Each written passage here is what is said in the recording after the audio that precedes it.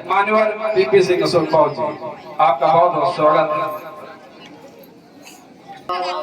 नंदन अभिनंदन उपस्थित समस्त साथियों को, माताओं को, बहनों को, इस मंच को कथावाचक नीरज बोध जी और आपकी पूरी टीम को समता सैनिक की ओर से बहुत बहुत आभार अभिनंदन करते हैं।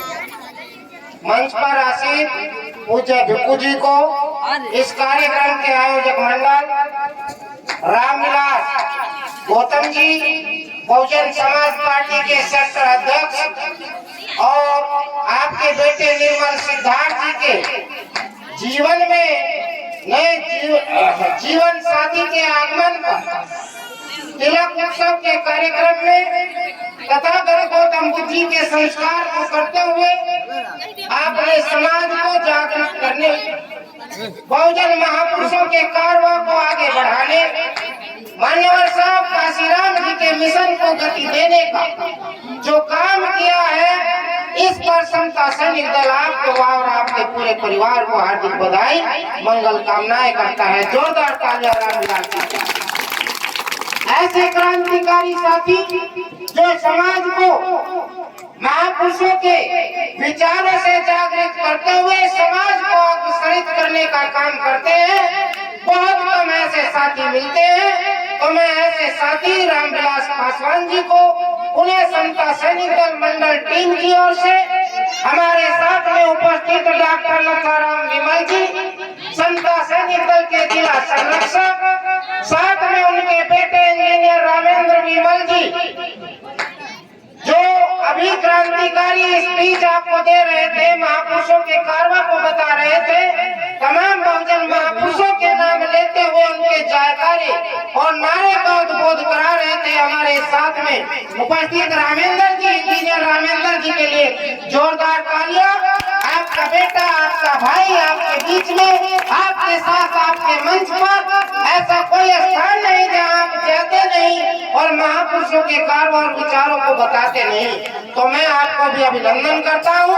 हमारे साथ में उपस्थित एडवोकेट राम गोपाल जी और साथ में उपस्थित उत्तर प्रदेश के क्रांतिकारी युवा साथी, बहराइच की धरती से आकर लखनऊ से लेकर दिल्ली तक बहुजन महापुरुषों के विचारों की क्रांति को जगाने वाले, उन पर चलने वाले और चलाने वाले समता सैनिक दल के मीडिया प्रभारी संरक्षक साथी अनिल भारती जी के सम्मान में जोरदार तालियां, जो लगातार युवाओं को आगे बढ़ाने का काम करते हैं। और जोरदार तालियां यहाँ पर बैठे नए नए मुन्ने बच्चे और माताओं के लिए आप अपने सम्मान में जोरदार तालियों का उद्घोष करेंगे। साथियों, पुणे रामविलास जी को आपके परिवार में आपके बेटे निर्मल सिद्धार्थ जी के तिलक उत्सव के कार्यक्रम की बधाई देते हुए कम समय में अपनी बात को महत्वपूर्ण बिंदु की ओर ले जाते हैं। नीरज बोध जी कथावाचक साथी और आपकी टीम और मंच पर आसीन पूज्य भिक्खू जी बैठे हुए हैं। हर काम को करने के लिए एक उद्देश्य होना चाहिए, जैसे हमारे इंजीनियर साथी ने बताया। बिना उद्देश्य के यदि कोई काम करते हैं तो उसका मजाक होता है, उसका कोई अर्थ नहीं होता। जिस प्रकार से आज रामविलास जी के बेटे के जन्म, उनके तिलक उत्सव के कार्यक्रम में आपने उपस्थित होकर के अपनी उपस्थिति दर्ज कराई, आपका उद्देश्य था कि यहाँ आकर निर्मल सिद्धार्थ जो बेटा है इनका, उसको बधाई देंगे। क्योंकि आज तिलक का उत्सव उनके जीवन का उत्सव है, उनके जीवन में एक जीवन साथी के आगमन का उत्सव। ठीक उसी प्रकार से इस मंच को संचालित करने का भी उद्देश्य है। रामविलास जी ने क्यों सोचा कि अपने बेटे के तिलक उत्सव में मैं बुद्ध की कथा कराऊं, मैं तथागत गौतम बुद्ध के विचारों से लोगों को प्रेरित करूं। रामविलास जी ने क्यों बहुजन समाज पार्टी की जिम्मेदारी को सेक्टर के रूप में संभाला, उसके पीछे एक उद्देश्य है। आप लोगों ने अच्छे सुंदर वस्त्र पहने, अपने बच्चों को सजाया और इस कार्यक्रम में उपस्थित हुए, इसका एक उद्देश्य है। ठीक उसी प्रकार से हमारे महापुरुषों का उद्देश्य रहा, मान्यवर साहब काशीराम जी का उद्देश्य, बाबा साहब डॉक्टर भीमराव जी का उद्देश्य। डॉक्टर भीमराव अम्बेडकर जी ने हमारे लिए भारत के संविधान दिया, हमारे लिए उस संविधान में हक और अधिकारों की पुष्टि की। उन हक और अधिकारी को लेकर के हम अपने बच्चों को शिक्षित करने का काम करते हैं, उनको नौकरी दिलाने का काम करते हैं, उनको उनके हक अधिकार दिलाकर समता समानता का अधिकार लेने की बात करते हैं। जब आपको आपके परिवार में कोई पीड़ा होती है तो उसी संविधान की बदौलत आप थाना कचहरी और कोर्ट में जाकर के अपने अधिकारों को छीनने का काम करते हैं। और वो हक और अधिकार कहाँ से आएगा? माननीय साहब काशीराम जी ने एक नींव रखी। ध्यान से सुनिएगा मेरी बात।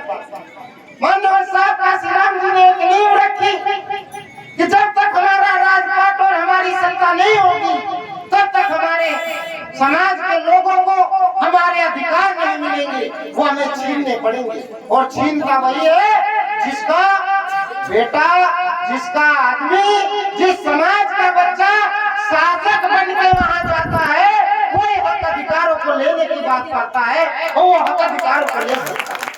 जैसे आपने चार बार अपनी बहन को मुख्यमंत्री बना करके आपने हक अधिकार लेने का काम किया है कि नहीं किया है? किया है ना? हाथ ऊपर करके बताइए। सभी के हाथ ऊपर होने चाहिए जिन्होंने हक अधिकार लिया है, और जिन्होंने नहीं लिया है वो अपने हाथ नीचे रखे। सबने लिया है ना? चार बार रही मुख्यमंत्री। उत्तर प्रदेश में जिन अछूत दलित समाज के लोगों को खड़े नहीं होने दिया जाता था, आज वो अच्छे वस्त्र पहन करके गलियों में चौराहों पर दहाड़ने का काम करते हैं, अपनी आजादी को छीनने का काम करते हैं।